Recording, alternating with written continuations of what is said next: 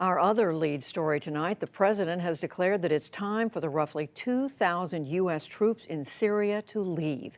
They had been fighting the Islamic State group, but Mr. Trump tweeted today that ISIS has now been defeated.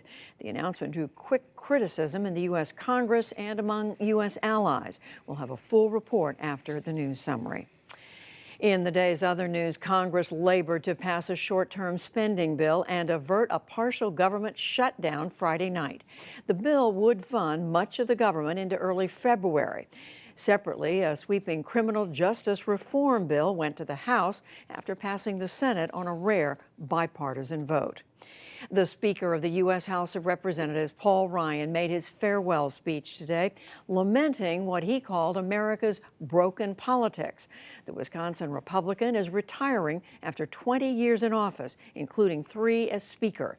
In his final speech given at the Library of Congress, Ryan worried about the atmosphere in Washington.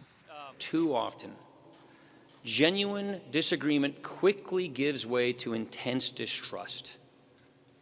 We spend far more time trying to convict one another than we do trying to develop our own convictions. Being against someone has more currency than being for anything. Speaker Ryan touted last year's tax cut law as a major achievement, but said reforming Social Security and Medicare is the nation's greatest unfinished business.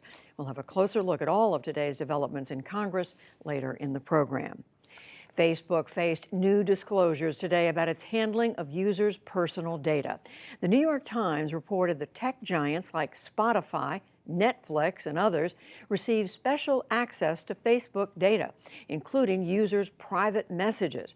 Facebook says that no information was given away without users' consent, but it also says most of the special sharing arrangements have now been shut down.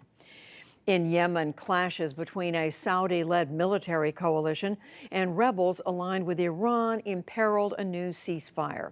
Sporadic shelling rattled the port city of Hodeidah, where a truce was supposed to take effect yesterday. The Saudi coalition warned that UN monitors must step in quickly or the ceasefire might collapse. And back in this country, federal officials say sign-ups for coverage under the Affordable Care Act were better than expected. As of Saturday's deadline, some 8.5 million Americans enrolled, with about a dozen states still to report. Now, that is down 4% from a year ago, but earlier estimates had warned the drop could be 10%. Still to come on the NewsHour, the White House intends to withdraw troops from Syria, claiming victory over ISIS.